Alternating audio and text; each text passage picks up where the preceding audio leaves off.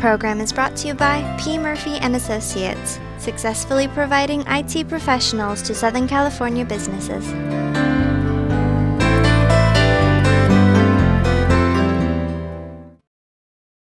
Hi, this is Marlene Gibb with What Do You Do, and today's guests are Ken Button. I'm the president and co-founder of Verengo Solar. And Randy Bishop, Ken's partner. Okay, great. So we're gonna have a good hour discussion today. We have a two-part show, and so where I want to start is when you were in 9th grade, because I found out I really did think you were in kindergarten together. So let's start. Feels like it. Yeah, yes. We kind of feel married to each other too, don't you? Yeah, absolutely. Okay, That's so what our wives say. that's what I It's figured. our second wife. Yeah, and the company's your extra child. too. That's There we right. go. Right. So tell me a little bit about you and how you met in 9th grade and your relationship all these years to form the company. Just basically how. You want to take that one? Sure. Well, so we grew up in the same neighborhood. We met in 9th grade, which was the start of high school. The summer after 9th grade, we went back east to a summer school program, and that's when we really became friends at that program. And we've been great friends ever since. We both went to college in the Bay Area and then kept in touch afterwards and really had talked on and off about doing something in business together. And ultimately the timing was right, and that's what led to Verengo. You were very close to each other because you went to school and at Beverly Hills High School. You went to high school, and then when you went to college in the Bay Area, between Stanford and Berkeley. Right. Right. And Okay. usually people at those two schools don't get along all that great, but we worked it out. Oh yeah, I can understand that. So how did you keep the relationship? What brought the relationship together? I mean, you know, you meet your friends, and sometimes they last, sometimes they don't. So I think part of it, Ken's an only child, and I have 2 sisters, and he was kind of adopted into our family. And my sisters were kind of like Ken's little sisters. One of my sisters went to Berkeley, so they saw each other a lot more than I saw either of them. And it was just part of the glue that kept us together. I mean, all these years, we've had a lot of connections. My sister introduced Ken to his wife. Ken introduced me to my wife. So Really? Yes. So there's a lot of ties that bind. So you got the whole family connections. Exactly. Then how did you? But you have to have the connection. I mean, when you have a business with somebody, and you two were close friends, okay? The two things they tell you right away, right, is don't go into business with your friends. That's Right. That's almost rule number 1, Mm-hmm. right? And the second one is don't go into business with your spouse. Mm-hmm. Those are really 2 no-nos. How did you guys figure you were going to handle this whole thing? And when you decided that you were going to do the business, or that you could be in a business together? That was a big concern when we were starting. We knew the rules. We had been told, we had been warned by a lot of people as we were thinking about doing this. I think we had, just over the years, had been through a lot of challenging situations together and felt like we had handled them well together. And our skills were fairly complementary, so we weren't starting with the same stuff that we would be overlapping on. We felt like there was a very good division of what Ken was good at, what I was good at. Well, you knew it after so many years. You know who's good at this and who's good at this. So where do you think you're great? What do you think you bring to the business, Ken? Well, so one thing, you know, we've been through a real high growth I in know. the business, and that was our plan. Is having been through that growth development before, part of it is just even keel. You know, never get too high with the highs, never get too low with the lows, because there is a roller coaster element to it. And so that was part of it. And I think that's one of the things that I do in the business. Well, you're the calm, focused one. I'm the calm one. Yeah. I bring the passion, I guess. You're the one who says, okay, relax, settle down. Yes. Well, you know, occasionally we take turns calming the other one down, but yeah, generally I stay pretty calm. I thought that was an interesting thing, what you said about bringing that focus, because I never thought about it as a real talent. I just assumed it was, I hadn't thought about it. And you think that's your greatest gift, talent? Well, I think it's an important ingredient. It is a very important one. And it's an element of leadership, because you may not always be feeling as calm as you need to appear. Right. And so, you know, that it's part of growing companies. And what about you, Randy? I'm really good with a mop. We do that here too. Right? Yeah. Right. So, I mean, I think Ken's not giving the full breadth of his skills. I mean, Ken is a lawyer, has a policy background, had been a CFO in a company, and had handled all the administrative pieces of things. I came at it more from the sales, marketing, strategy, more general management side of things. And so we felt there was a pretty good, if we put the two together, we had a pretty broad spectrum of things that were needed to help build the company. Well, you had your MBA. I do, or did. Yeah, you do. I mean, we did. You had your MBA, so that brought a lot, and you have the legal background. So Right. that's real important. I mean, to have the legal and the money backgrounds. Yeah. Right. And we had both had experience doing transactions, doing deals, and there were deals along the way. And then we also both had experience operating businesses and managing. And so when you put it together, it was a good combination. Why did you decide to go into business? I mean, you were doing well with what you had. What made you make? Well, so I was practicing law and representing really high growth, mostly technology companies, and companies at that stage they need a lot. They need a lot from their advisors. So I started doing more and more that wasn't just pure legal work. And what I realized is that I really enjoyed that. And What did you enjoy about that? You know, it was the process of building something.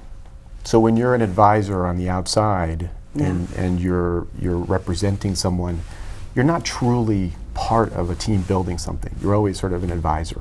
You're kind of an outsider too, in a way. Yeah, Okay. and so, you know, to me, I just realized that I enjoyed it, that I had a passion for it, and that's when I decided to go into business and really move more towards management. Okay, and you? For me, I guess it was similar. I started more on the investment banking, finance side of things, and then after business school moved more over to the operating side of things, and found that I really enjoyed building things, fixing problems, setting things up so that they could grow and scale, and figuring out how to make things work better, how to solve customer problems. And so the more that I did it, the more it was interesting. I actually had a guy that worked for me when I was working at Intuit who went off to go buy a company. And it was a little bit of a strange move. It was a great company to work for. Things were going well. He had a great position, but he went to go chase this dream. And I didn't really realize you could go off and raise funding like that and just go buy a small company and try and make it work. And it was a pretty inspirational concept. And Ken and I started talking about it, and we thought it would be fun to do together. And if we could find the right opportunity, we decided we would go for it.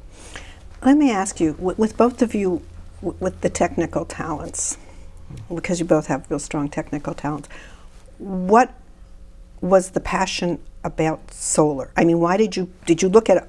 Let me ask you. You looked at other companies, right? Tell me some of the companies that were up for sale that you kind of looked at and said it's not going to work. Right. Yeah, we did. So we did a lot of evaluation as we were laying what kind of companies? The plans. Well, I'll give you a great Okay. example. So, you know, the starting point was looking for a good business opportunity. But we also had to feel good about what we were doing, because we knew we were going to invest ourselves into this. Right. And we looked at a lot of businesses, and to give you one example, we looked at a business that did debt collection. Oh, that's terrible. And it was terrible, right? I'm sorry. That would be. And we had to do some soul searching. Oh, and God. and you know, and that was the determining factor for us. It was not what we wanted to do, day in and day out. And at the same time, the idea of solar was percolating, and ultimately, that's just what grabbed us. Really? And what did you? Were there some in between? I mean, the debt collection was, you know. Yeah, and then So- in between, were there some that you kind of liked, or maybe you thought about? There was a whole spectrum that we were looking Yeah. at. I mean, fundamentally, we were looking for businesses that had good things going for them from a strategic perspective, the wind at their back, so to say. Explain that, though. Explain that. Well, you know, there are some industries where you may have a well-run company, but the industry itself isn't growing, and the people inside the industry are just duking it out over who can get a bigger piece of a shrinking pie. Okay. That's not a fun dynamic to parachute into, and that's a tough business to try and run. So we were looking for opportunities where the pie was growing, where the industry was growing, where there was a lot of opportunity. And we felt those would be the types of opportunities that would set us up with more of a chance to succeed. Another thing that was important to us as we were looking at it, I mean, Ken mentioned the debt collection, but at Intuit, when I was there, almost all of the products really help people in some fundamental way. If it's Quicken, they help people get control of their finances, and you know, we would get letters there, you helped me buy my first home, my first car, you helped me save and budget. And it was very motivating and inspirational. And on the QuickBooks side, it was very much about, you helped me run my small business when I didn't think I could. You helped translate it into terms that I could understand and really gave me the power to do this. And so as we were looking at businesses, that was something that we really tried to look at. Is there an element where we really feel like we're helping people, where we feel good about what we're doing? And so that was something that we really tried to look for in a lot of the businesses in terms of strategic opportunities, and that's how we settled on solar. That's important, and you know, I don't think a lot of people, they either get caught up that this business can make a lot of money, or they think they can make a lot of money, whatever they think. But if those values, what you really want, and I know I read yours, you have like 6 points of your values. Right. And no, and I want to talk about those. Mm-hmm. Sure. You know your 6 points. Mm-hmm. Okay, so I think maybe we should go into that, because I don't, and we have the man from the SBDC here watching, so he's probably get very interested in this conversation. But I don't think sometimes we come from the right perspective, because the money is the money, but it's not going to, if it's not going to make you happy or what you're doing, it's not worth it. Yeah, well, we feel very fortunate to be in a business where the future is very bright, no pun intended. Right. But that we can really feel great about what we're doing, and it's, you know, that's what a great opportunity. Let's go over these 6 points that I want to talk about, that you wanted to, you know them. I don't have to look. So let's start with point number 1 of your 6 points. Our values? Your values, what you sent me. Yeah. 7. But 7. Yeah, Is there so 7? So you know which was ones? that a quiz? Are you checking with that? No, I asked you these questions, and I was really impressed about what you, because you sound like you're together.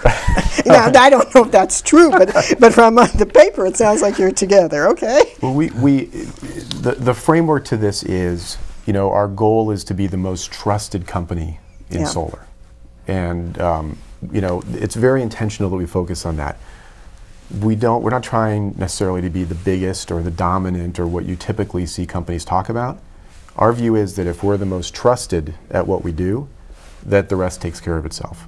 And trust is a concept not just between us and our customers, but within the company, amongst all the employees.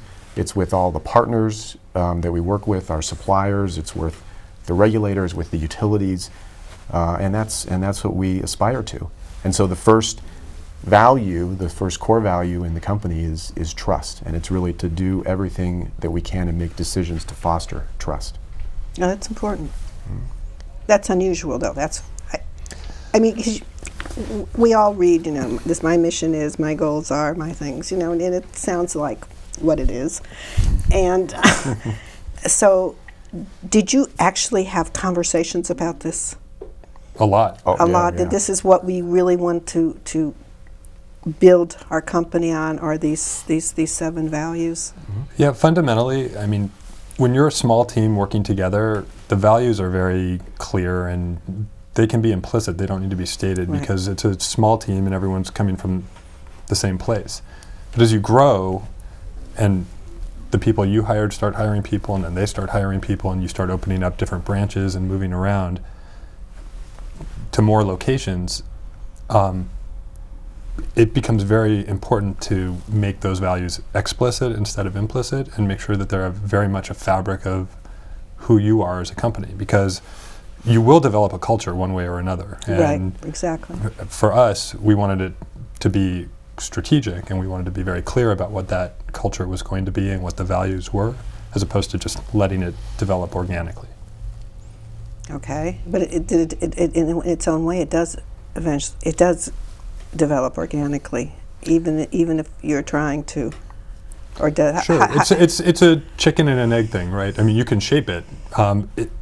If you state values that are not really who you are, they're not going to mean anything. Yeah, and everybody knows it too. Right. Whereas if you spend time, and we spend a lot of time with our senior team and our employees, and we test ourselves, we ask people how we are living up to our values as a company and whether we're doing what we need to, and we spend a lot of focus on that.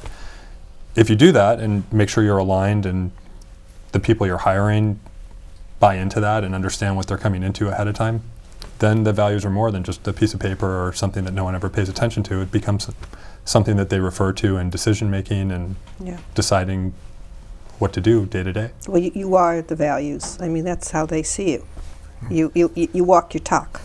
We're the start of it. Yeah. It's everyone. It's Yeah. not just us. Yeah, but if you were a different company and you had people had different values, it would be different. So you really are the people who are sharing who you are, for people to walk their talk. For you to walk your talk, and people will do that too. Right. Okay. Number 2. 2 is responsibility. Go Okay. ahead. We can. So we do good and we do well. So a lot of these have multiple meanings. Responsible and responsibility is one of those that can be interpreted multiple ways. For us, number 1, it means what we do in our business makes the world a better place. That's doing well. That's doing good, and we're trying to build a business that does good in the world. But it has to be a business too, and so those are balanced. So we're responsible on both sides of those, and that's another important value for who we are. That's very important. Okay. Especially for a green company, I guess. Yes, it's really because again, you got to walk your talk. Number 3. Number 3 is uncompromising. Does that stand for rigidity or? No. It's more the concept of the extra mile. Okay. That we are doing something new in a new industry, and to do it well, you need to really go the extra mile, particularly in how you treat customers, in the customer experience that you deliver. Our vision is changing the way America thinks about solar. Most people have a lot of misperceptions about solar, and so their first impression or experience is in their dealings with us. If we let them down, they will be turned off to solar in general.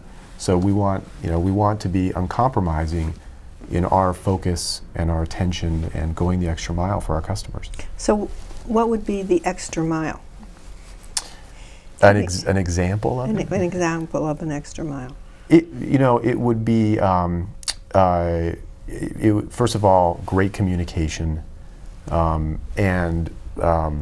then really paying attention to people's homes as if it's your own home. Okay. Right? So all of the details, as if you would want it done for your own home. And then, when things go wrong, and sometimes things in business do go wrong, Naturally. going the extra mile to make sure that you make it right quickly and with a lot of energy. Oh, I agree.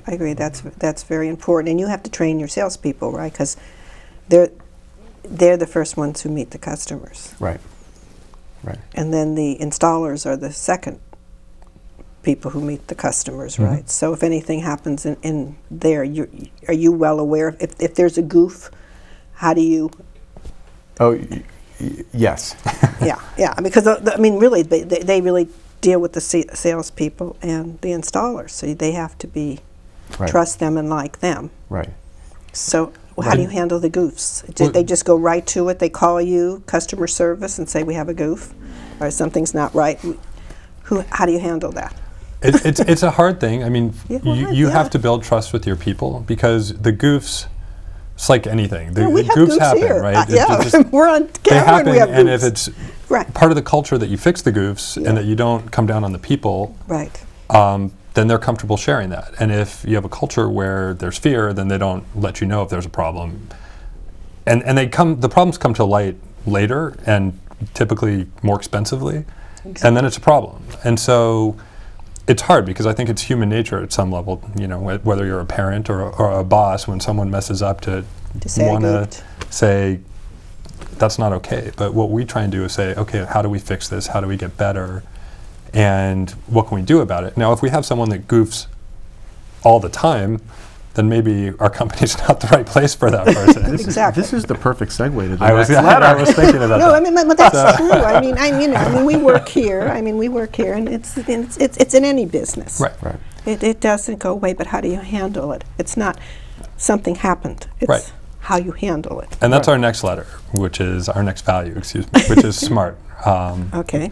So I guess that could be interpreted as arrogant, but the intention on SMART is really to say we learn from our mistakes, and we're constantly trying to get better, which is, to us, is what SMART means, that we do things in a way where we're always sharpening the saw, and where if we make a mistake, we learn from it and figure out how we're not going to make that mistake next time. So that's the connection there. And again, the values, our hope and our idea for how these work together is that they prop each other up. And if there's internal consistency, then they all make each other stronger. Right. And if there's not, then it's back to what you were talking about before, where they don't resonate with people. Right. Right. Mm-hmm. Okay. So that one, there's no question on that one. I got that. There we go. Okay. Okay. All I right. think the audience got that one. Okay. So the next one is team. Okay. And what we do is it requires a lot of handoffs. It's surprisingly complex to take a project and install a system and do all the paperwork relating to it in a way where we handle all the complexity, and the customer doesn't need to worry about any of that. And so the metaphor we talk about within the company is it's like a relay team.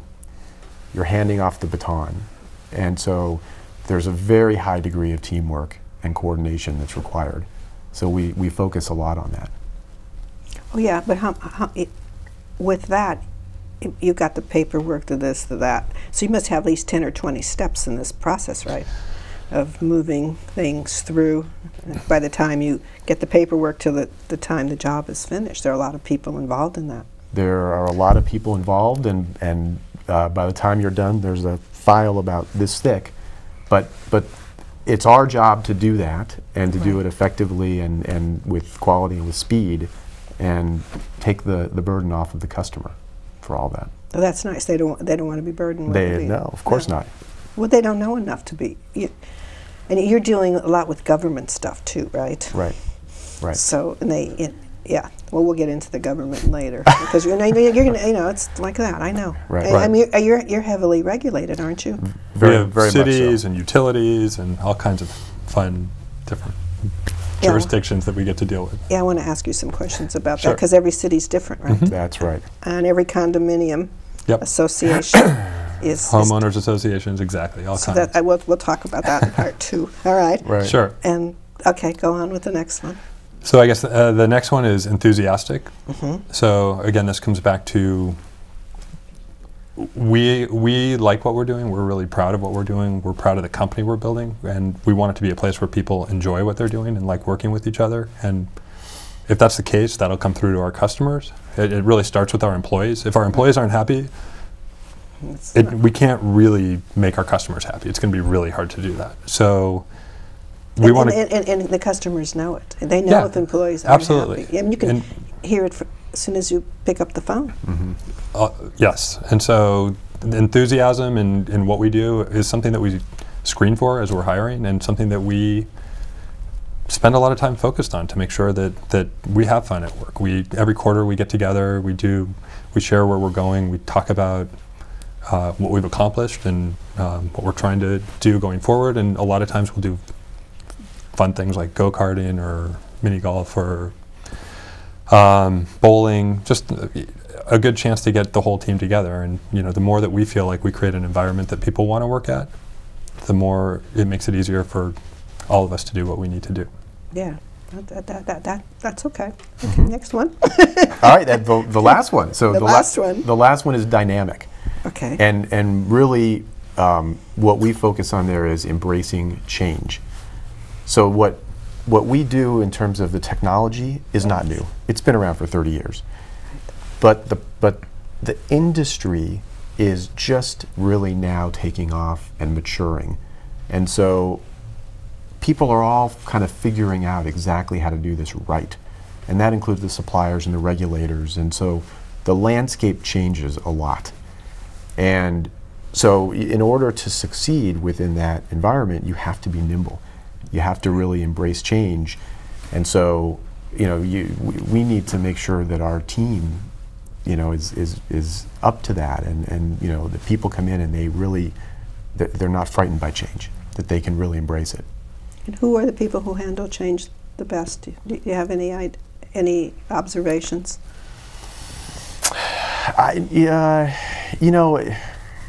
There's nothing that really immediately comes to mind on that. You can talk to people, and I'll give you an example. If you're interviewing people that have been through high growth companies before, and they're coming back, right? That's a pretty good. The adrenaline rush. That's a pretty good indicator. Yeah, I mean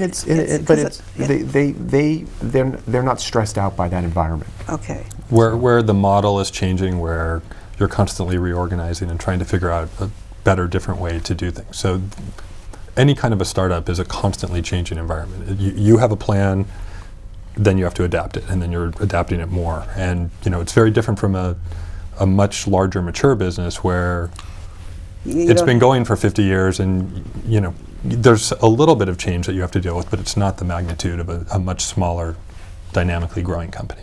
I know when my husband and I were in the, he was a systems consultant, and they always called it the dog ears, because I don't know if it's still that popular. That's a term that's popular, but like for every, in your field, it's probably 7-9 years in other fields. Feels like that. Yeah, that's exactly. Yeah, that's what they call it. Thanks for being here. I appreciate it, and I've learned so much about solar. Of course. I really appreciate you coming all the way over to see us. And please tell the audience your information in case they want to contact you. Sure, I'd be happy to. So we're Verengo Solar. We're the largest installer of residential solar in California. And you can find out more information about us at www.verengosolar.com. That's it for part 1. Look for part 2. And this is Marlene Gibb with What Do You Do? This program is brought to you by P. Murphy & Associates, successfully providing IT professionals to Southern California businesses.